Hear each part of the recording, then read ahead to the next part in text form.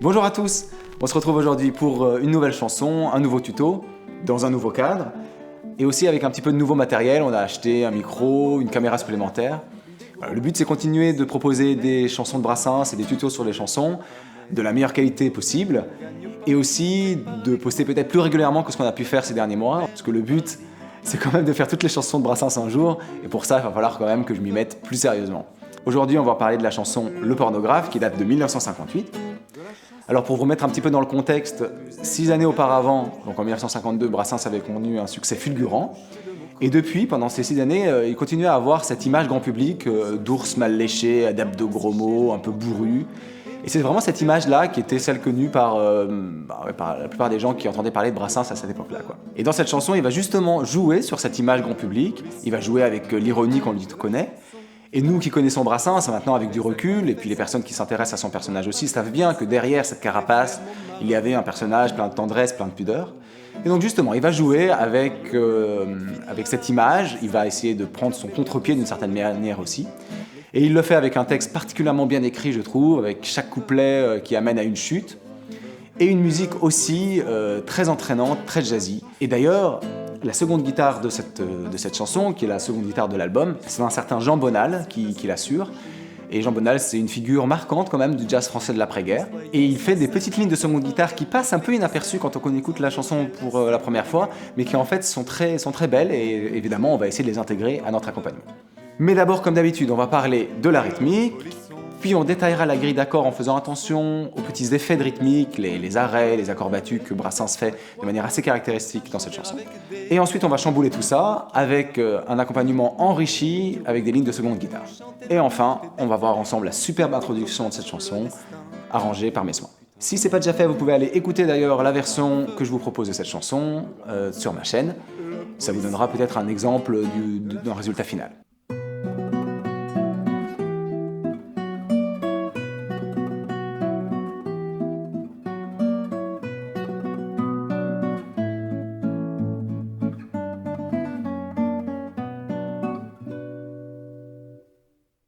Alors on va commencer par la rythmique, ça va pas nous prendre beaucoup de temps parce que finalement c'est une rythmique qu'on a déjà vue à de nombreuses reprises précédemment. C'est simplement une pompe en accord plaqué dans une mesure à 2 temps. Et donc ça donne comme ça pour une première mesure de la mineur jouée lentement.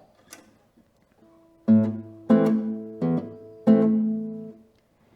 a une basse, un accord, une seconde basse et un accord. Comme d'habitude, on va faire sautiller un peu tout ça en soulevant les doigts à la main gauche à chaque accord pour avoir un effet détaché.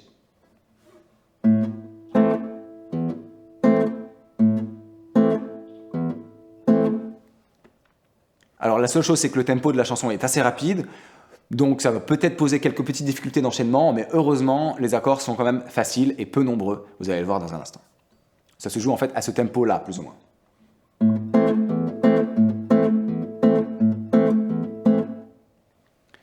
Voilà, sans plus tarder, on peut passer directement à la grille d'accords. Alors pour la grille d'accords, voici déjà celle de la première partie du couplet. Ça concerne en fait jusqu'au mot « mais ». Et je vais vous détailler au fur et à mesure chaque effet de rythmique que fait Brassens, donc les petits arrêts, les accords battus et autres. Voici donc la première partie du couplet, lentement. La mineur, 6-7, Mi-7, Do, 7.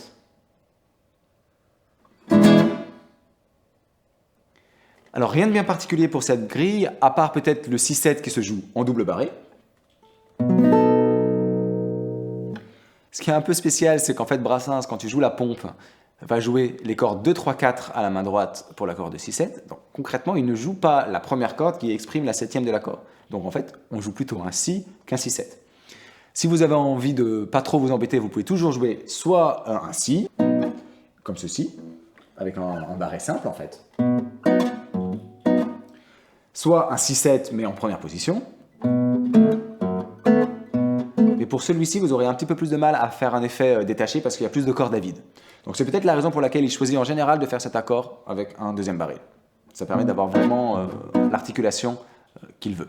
À la fin de cette séquence, vous l'avez entendu tout à l'heure, on a un arrêt sur l'accord de Mi7. Donc au lieu de continuer la pompe sur Mi7, on l'arrête et on fait un coup sec vers le bas. Et juste avant de reprendre à la séquence suivante, pour arriver sur le La mineur suivant, on va faire un aller-retour en faisant haut bas rapidement avec le Mi7, comme ceci. Et on essaye de faire arrêter les résonances, soit en soulevant les doigts à la main gauche, soit en reposant les doigts à la main droite, soit les deux carrément, pour vraiment étouffer le son à la suite de ce coup vers le bas. Et ça fait comme ça en chantant. Et si je pensais merde tout bas, je ne le disais pas, mais... Et voici la deuxième moitié du couplet. La mineur. Si-7, Mi-7, Do, Mi-7. Donc la grille est pratiquement la même que la première moitié du couplet. Simplement la fin va changer un petit peu. Donc on va arriver sur le La mineur et on va avoir un effet de rythmique un petit peu différent. Donc sur la fin, on a toujours un coup sec vers le bas pour l'accord de Mi7, sur le premier temps du Mi7. Et pour le La mineur, juste après le chant, on va faire ce rythme d'accord battu, au bas, bas, bas, comme ceci.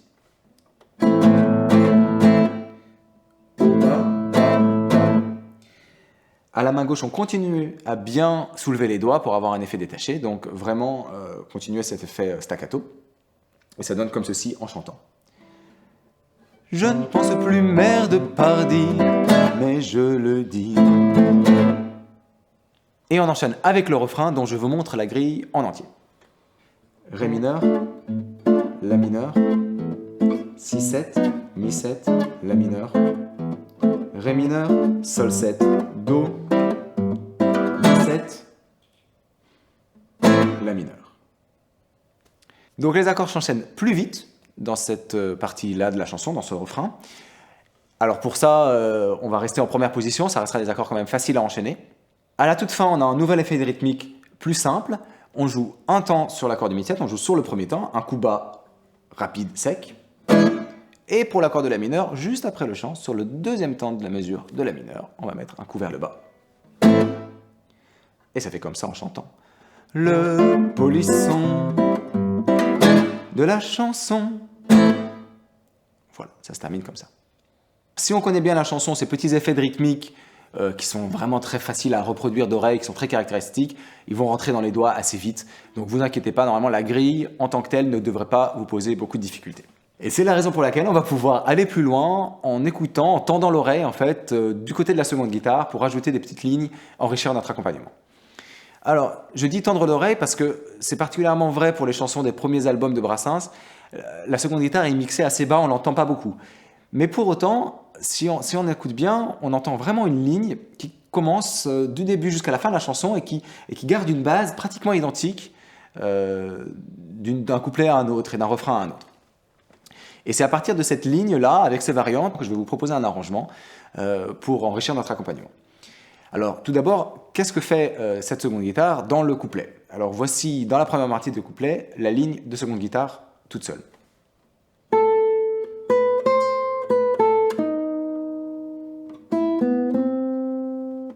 Et là, on arrive sur l'accord de Do, et la seconde guitare disparaît plus ou moins, ou en tout cas, son accompagnement ressemble à ce que fait la première guitare. Alors pour ajouter l'accompagnement à un accord, comme on commence sur une tessiture assez haute, on va utiliser une position différente pour l'accord de La mineur, on sera en position 5. Voici ce que je vous propose comme arrangement.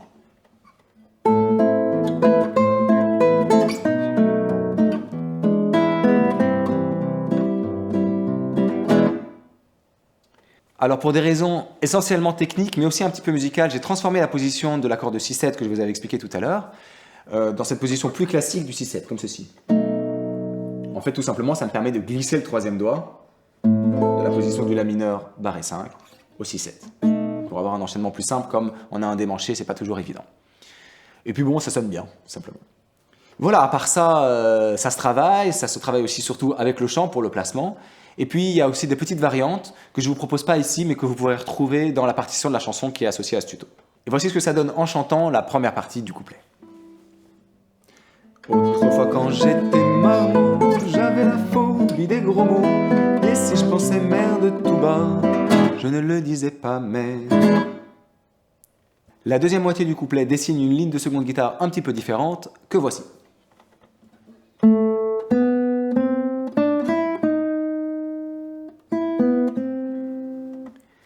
Donc la fin rejoint en fait la ligne de seconde guitare de la première moitié du couplet, c'est la même chose à partir du Ré dièse.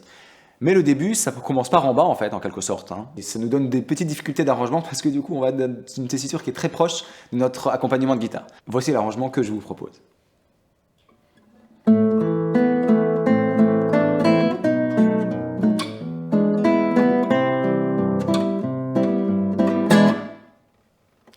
À la main droite, faites vraiment attention à bien faire ressortir la mélodie, en particulier dans les premières mesures de cette ligne, parce qu'on est très mêlé avec l'accompagnement de guitare. Je vous remonte ça bien lentement.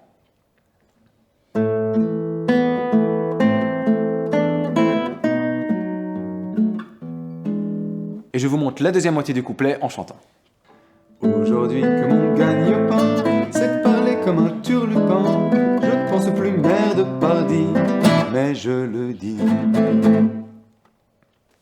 Et on passe au refrain, et la ligne de seconde guitare du refrain, pour le coup, reste pratiquement inchangée du début jusqu'à la fin. La voici.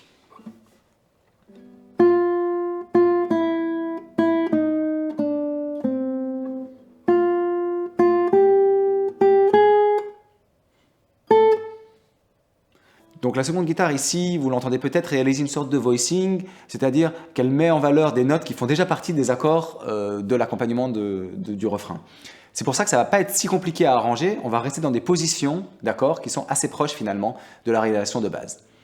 Je vous montre mon arrangement.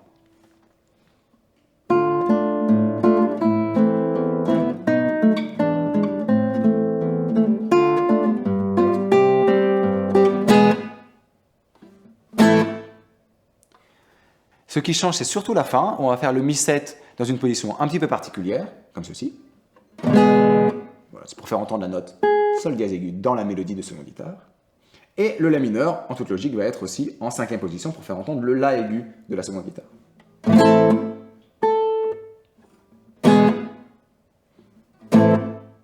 Et je vous montre le refrain en entier en chantant.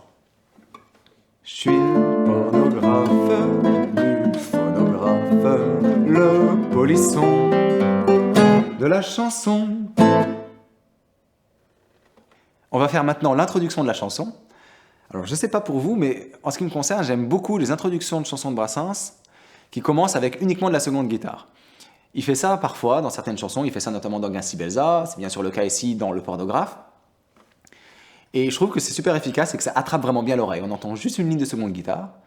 Et ici, ça va être le cas des 4 premières mesures qui vont dessiner une première mélodie. Et cette mélodie va se reproduire, cette fois-ci avec un accompagnement en accord et avec la contrebasse. Et voici cette fameuse ligne de seconde guitare.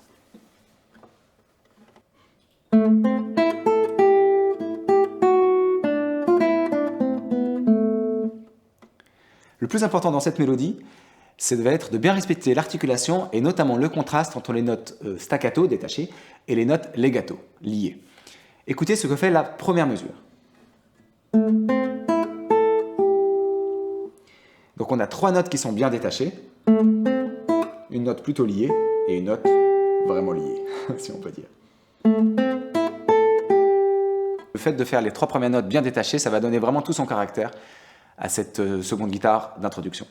Et d'ailleurs, quand je vous disais tout à l'heure qu'elle faisait 2 fois la même mélodie, c'est pas tout à fait vrai, parce que la deuxième fois, elle va faire pour le coup que des notes liées sur cette mesure. Elle va faire comme ceci.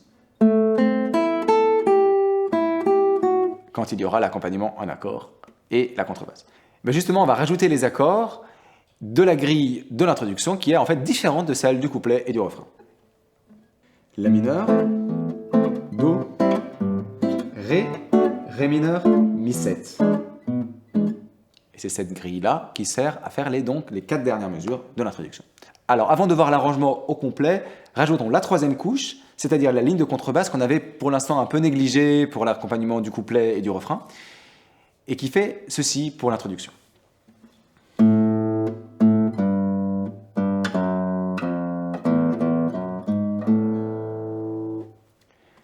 Voilà, on va essayer de faire tout ça ensemble.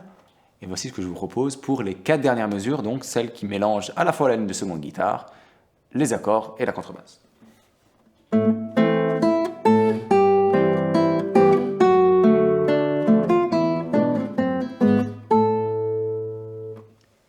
Les difficultés se concentrent sur la fin, là où justement il va y avoir une contrebasse un peu chargée, une ligne de seconde guitare et en même temps des accords à assurer. Je vous montre un petit peu ce qui se passe sur la fin lentement.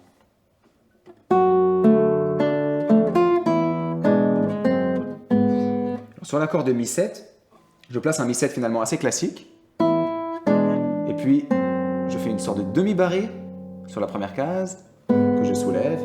Et ici, on va avoir une difficulté supplémentaire pour ceux qui font l'accompagnement de seconde guitare aussi dans le couplet. Ça va être d'arriver en position de barré 5 pour la suite. Donc ça fera comme ça.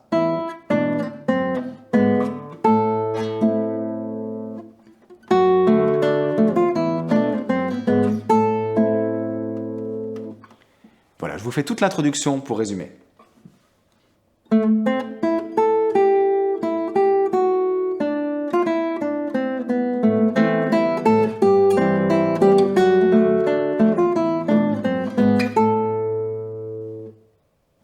Et voilà, on arrive à la fin de ce tuto. J'espère que ça vous a plu. Je crois que si on met de côté les arrangements qui sont issus de la seconde guitare, on peut avoir une chanson qui est quand même relativement accessible pour des guitaristes débutants, ou en tout cas relativement débutants. Pour l'introduction, on peut même choisir de jouer uniquement la ligne de seconde guitare. Finalement, c'est l'essentiel et c'est beaucoup plus accessible techniquement. D'ailleurs, je vais continuer à vous proposer, en tout cas pour le tuto suivant, au moins des chansons relativement accessibles parce que je suis conscient du fait qu'il y a pas mal de guitaristes qui suivent la chaîne et qui n'ont pas forcément un niveau technique qui leur permette de faire des choses très difficiles. Et donc, on va essayer d'aller voir dans les chansons de Brassens qu'est-ce qu'on peut faire de quelque chose qui ne soit pas non plus extrêmement technique à chaque fois, quoi. En attendant, je ne vous quitte pas sans remercier les nombreux tipeurs qui soutiennent la chaîne et qui lui permettent tout simplement de continuer sur le long terme. Si vous aimez ce que je fais, si vous aimez ces vidéos, n'hésitez pas à aller voir ma page Tipeee, à soutenir mon travail.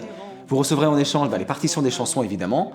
Vous pouvez aussi m'envoyer des commentaires sur la chaîne YouTube, par mail, via mon site, etc. Ça fait toujours plaisir. Merci beaucoup, à bientôt pour une prochaine chanson de Brassens.